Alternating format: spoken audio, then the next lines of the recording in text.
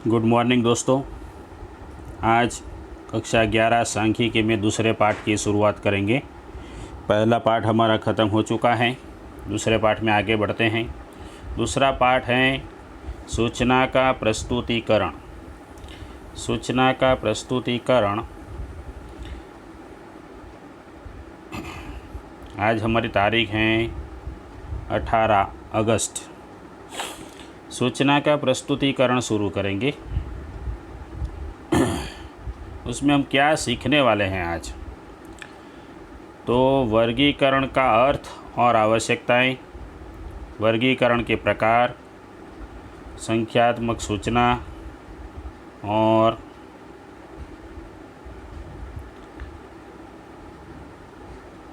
वर्गीकरण के प्रकार में संख्यात्मक सूचना और गुणात्मक सूचना, दो प्रकार की सूचनाएं। संख्यात्मक सूचनाओं में असतत आवृत्ति वितरण, सतत आवृत्ति वितरण। आज हम इतनी बात करने वाले हैं। फिर आगे का देखेंगे धीरे धीरे करके, तो उसकी बात करेंगे। तो क्या देखेंगे, याद कर लेते हैं। वर्गीकरण के प्रकार में पहला प्रकार है, उसमें सतत और असतत आवृत्ति वितरण की बात करेंगे। आज इतना ही देखेंगे। शुरू करते हैं। वर्गीकरण। वर्गीकरण के देखा जाए तो दो प्रकार होते हैं, दो प्रकार की सूचनाएं होती हैं। एक संख्यात्मक सूचना और दूसरी गुणात्मक सूचना। संख्यात्मक चल के भी दो प्रकार हैं, असतत और सतत चल। ये सब आज हम देखने वाले हैं। यहाँ पर उदाहरण दिए गए हैं। तो सतत चल के उदाहरण कौन से हैं? तो व्यक्ति की ऊंचाई, दिन का तापमान, ये सब बदलते रहते हैं। जैसे कि जो चल दो सीमाओं के बीच के सभी मूल्यों को धारण कर सकता है, उसे सतत चल कहेंगे। जबकि जो चल दो सीमाओं के बीच की निश्चित या गणन किया जाए उतने मूल्यों को ही धारण कर सकता है, तो उसे असतत चल कहेंगे। उसका उदाहरण है प्रति परिवार बालकों की संख्या, मार्ग पर होने वाली दुर्घटनाओं की संख्या। तो हमने क्या देखा? असतत चल किसे कहते हैं, उसके उदाहरण। सतत चल किसे कहते हैं?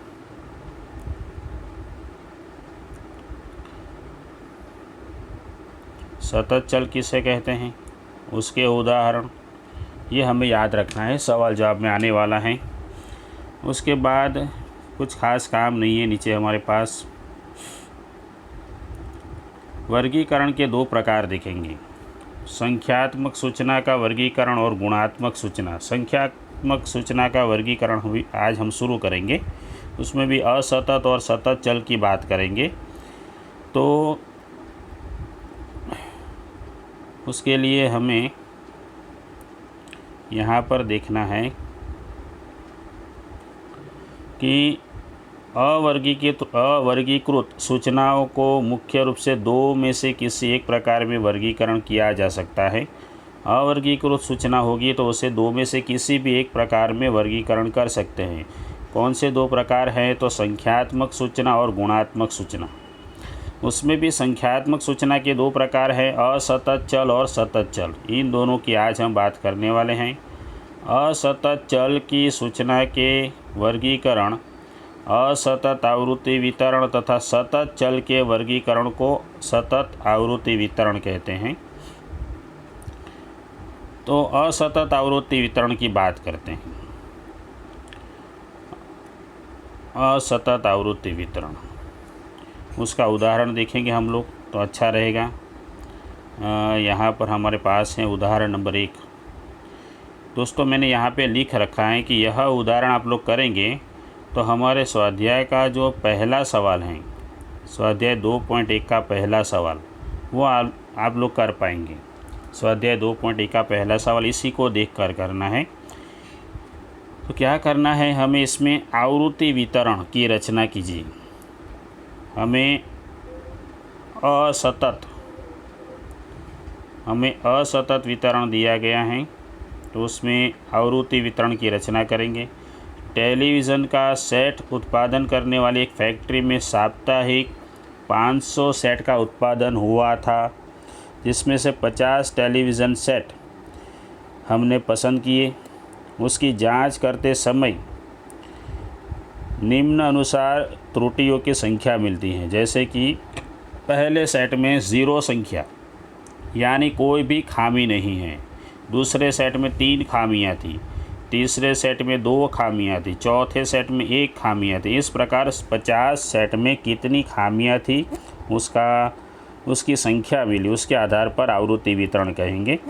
तो आप लोग देखेंगे यहाँ पर सबसे अधिक खामी जो है वह 5 है और सबसे कम है वह 0, यानी हमारे पास इस अवर्गीकृत सूचना का विस्तार होगा 5 में से 0 माइनस करेंगे तो 5। ये आप लोगों को लिखना पड़ता है विस्तार, सबसे बड़े अवलोकन में से सबसे छोटा अवलोकन माइनस करना है। आगे चलते हैं। अब हमारे पास बॉक्स बनाना है, तो प्रति टेलीविज़न सेट में त्रुटियों की संख्या हमें पता था कि किसी सेट में 0 यानी एक भी त्रुटि नहीं थी। कुछ सेट ऐसे थे जिसमें 1 खामी थी, कुछ में 2 खामियां थी, ऐसे अधिक से अधिक 5 खामियां थी। फिर इसका आवृत्ति वितरण करना है। जैसे कि हम लोग कैसे करेंगे आवृत्ति वितरण, यहाँ पर आप लोग देख लीजिए, इसमें गणना कर लीजिए। जैसे कि 0 कितने दिखाई दे रहे हैं, अथवा तो आप लोग एक और अच्छा आसान रास्ता है, जैसे कि यहाँ पर समझा देते हैं आप लोगों को, यहाँ पर अच्छे से समझा सकते हैं। हमारे पास जो खामियाँ थी 0 से लेकर 5 खामियाँ थी, ऐसे 5 खामियाँ। तो 0 आता है तो उसमें एक ऐसी लाइन करें, उसके बाद 3 आएगा तो 3 में लाइन कीजिए, उसके बाद 2 आएगा तो 2 में लाइन कीजिए, 1 आएगा तो 1 में लाइन कीजिए, 0 आएगा तो 0 में लाइन कीजिए, 5 आएगा तो 5 में लाइन कीजिए, 2 आएगा तो 2 में लाइन कीजिए, 3 आएगा तो 3 में लाइन कीजिए, 0 आएगा तो 0 में लाइन कीजिए, 2 आएगा तो 2 में लाइन, 3 आएगा तो 3 में लाइन, 0 0 2 बार आ रहे हैं, एक बार ऐसे, और 5वीं बार में आप लोगों को ऐसे क्रॉस करना है, यानी 5 का बंडल बनाना है। उसके बाद 1 आ रहा है तो यहाँ पे 0 आ रहा है तो छठा यहाँ पे, ऐसे बाकी सभी का आप लोग बना सकते हैं। ध्यान में रखिए 1 2 3 4 ऐसी खड़ी लाइन आएगी 5वीं क्रॉस में, फिर 6 7 8 और 9 आएगा। जैसे कि 1 2 3 4 आएगी, 5वीं क्रॉस आएगी, 6 7 8 9 आएगा तो 10वीं क्रॉस, 11 12 ऐसे उसके बाजू में आएंगे, जैसे 11 12 13 14, तो वो 15 क्रॉस में 5-5 के बंडल बनाने हैं। ये सब करने के बाद आप लोगों को ये मिलेगा, ये हो गया। अब इसमें आप लोग यहाँ पे टोटल करेंगे इसका आवृत्ति की संख्या, सेट की संख्या यानी आवृत्ति, या आवृत्ति चिन्ह, ये सब आप लोगों ने 9वीं कक्षा में किया था, 9वीं में 10वीं में। तो ये हो गया 5 5 और 5 15 और 4 19, यानी यहाँ पर कुछ गड़बड़ है, 18 होना चाहिए था। फिर 5 और 5 10 और 2 12, 5 और 4 9, 5 और 1 6, 3 और 2, ये सब मिलाकर हमें 50 मिलना चाहिए, तो ये सही है। इसे कहते हैं आवृत्ति वितरण। इसी प्रकार दूसरा देखते हैं, सतत आवृत्ति वितरण की बात करते हैं। सतत में थोड़ी आप लोगों को मेहनत करनी पड़ेगी। उसके लिए हमारे पास कुछ सूत्र हैं, मुख्य रूप से ये 3 सूत्रों को याद रखना है। वर्ग लंबाई का सूत्र है ऊर्ध्व सीमा बिंदु माइनस अधः सीमा बिंदु, फिर ऊर्ध्व सीमा यानी मध्य मूल्य प्लस 1/2 वर्ग लंबाई, अधः सीमा बराबर मध्य मूल्य माइनस 1/2 वर्ग लंबाई, और ये मध्य मूल्य, वर्ग का मध्य मूल्य, इसका सूत्र। ये 3 सूत्र आप लोगों को ध्यान में रखने हैं, पहला दूसरा और तीसरा। इसका उपयोग करेंगे, वैसे वैसे पता चलेगा। चलते हैं आगे। अब हमारे पास उदाहरण 2 में चलना पड़ेगा। उदाहरण 2 में आप लोग ये एक उदाहरण करेंगे तो इसके जैसे आप लोग देखिए स्वाध्याय 2.1 में दूसरा, तीसरा विषय स्वाध्याय F में पहला, तीसरा और E में पहला, यानी 5 सवाल आप लोग कर पाएंगे ऐसे, इसके जैसे 5 सवाल। तो इसमें सबसे छोटा अवलोकन कौन सा है वह ढूंढ निकालिए। सबसे छोटा अवलोकन जो है 80 और सबसे बड़ा है 265, यानी कि 265 में से 80 माइनस करेंगे तो विस्तार मिल जाएगा। 265 में से 80 माइनस करेंगे तो हमें विस्तार मिल जाएगा 185, विस्तार R यानी रेंज। तो विस्तार मिलेगा। सबसे पहला काम है हमें विस्तार ज्ञात करना है। उसके बाद सूचना को कितने वर्गों में बांटना है यह लिखा हुआ है। हाँ, यहाँ पे लिखा हुआ है सूचना को 8 वर्गों में विभाजित करना है। तो हमें जो विस्तार मिला उस विस्तार को हम 8 से भाग देंगे। 8 वर्ग बताया गया है इसलिए। तो वर्ग लंबाई C का सूत्र है विस्तार बटे वर्गों की संख्या। विस्तार हमारे पास 185 है, 8 वर्गों में बांटना है तो वर्ग लंबाई होगी 23.125, यानी करीब 25। ऐसे पूर्णांक में लेंगे। हमारे पास वर्ग लंबाई C 25 मिली।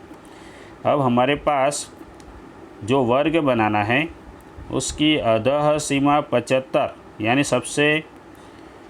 सबसे छोटा अवलोकन था 80 को समाविष्ट कर सके ऐसे हमें वर्ग बनाना है 75 से 100, जिसमें ये वर्ग लंबाई 25 होनी चाहिए। इन दोनों के बीच में अंतर देखिए 25 होगा। उसी प्रकार यहाँ से आगे बढ़े तो 100 से 125 बना सकते हैं, फिर 125 से 150, 25 बढ़ाकर चलिए 150।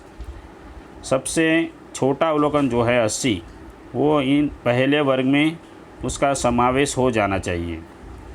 तो देखते हैं यहाँ पर उन लोगों ने वर्ग बनाया है 75 से 80, 100 से 125, 125 से 50, ऐसे 25 बढ़ाकर वर्ग बनाएं।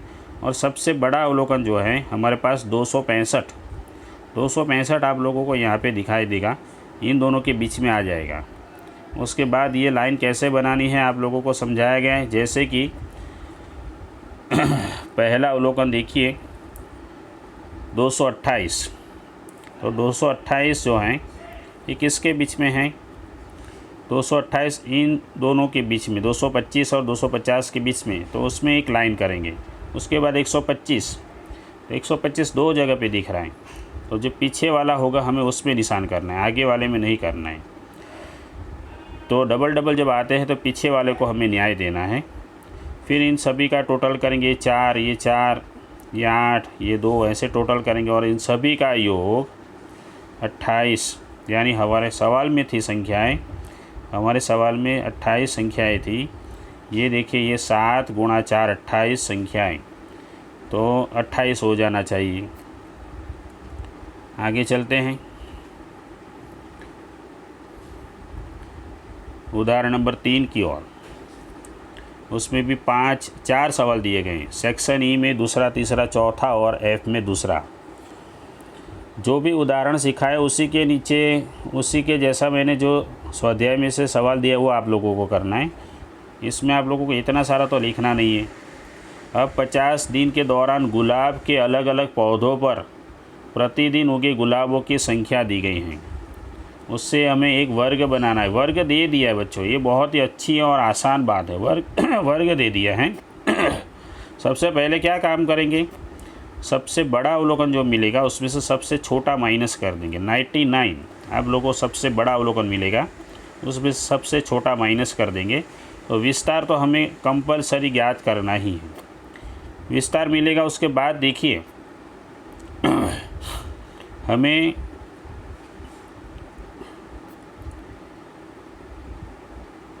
तीस से 39 इसका अनिवारक वर्ग बनाना है। और हमारा सबसे न्यूनतम, सबसे छोटा यानी न्यूनतम अवलोकन है 17, तो उसका समावेश हो जाए ऐसा वर्ग हमें बनाना पड़ेगा 10 से 19।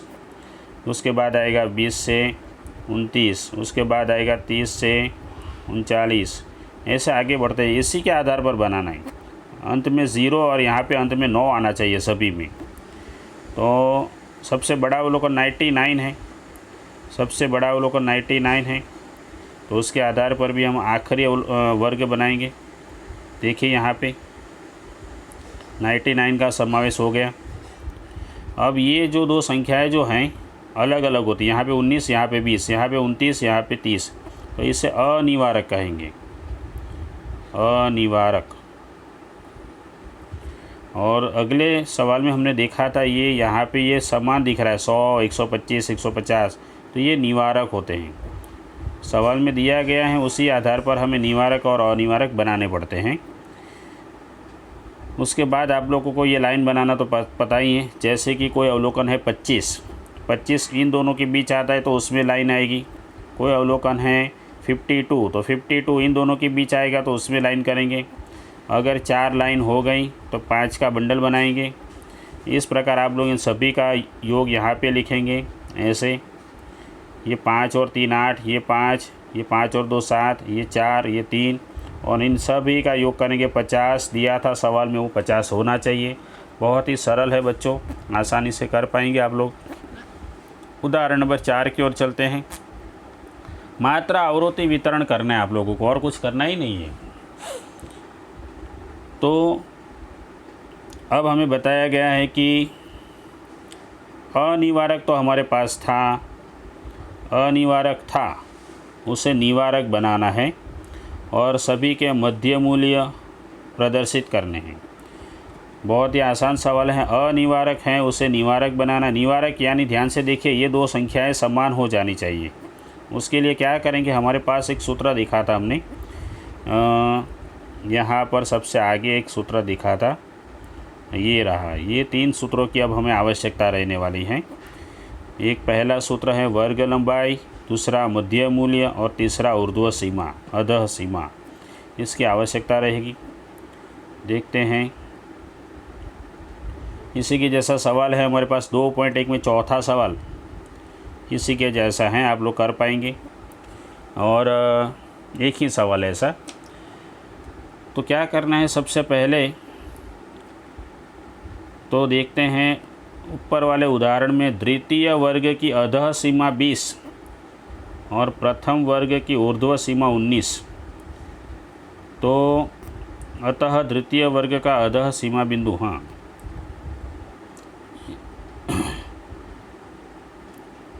ध्यान से देखिए, यहाँ पर हम लोग चलते हैं इसमें आसानी से बना पाएंगे। आप लोगों को ये जो पहली लाइन दिख रही है, ये पहली लाइन, उसे अधः सीमा कहेंगे, अधः सीमा, अधः सीमा। ये पहली लाइन दिख रही है उसे अधः सीमा कहेंगे, अधः सीमा। और दूसरी लाइन जो दिख रही है उसे ऊर्ध्व सीमा, ऊर्ध्व सीमा। तो पहली लाइन में यहाँ पर जो 10 दिख रहा है, उस 10 में से हम लोग 0.5 माइनस करेंगे तो हमें मिलेगा 9.5। और 19 दिख रहा है, उसमें 0.5 प्लस करेंगे तो मिलेगा 19.5। तो हमारा पहला वर्ग तैयार हो गया 9.5 से 19.5।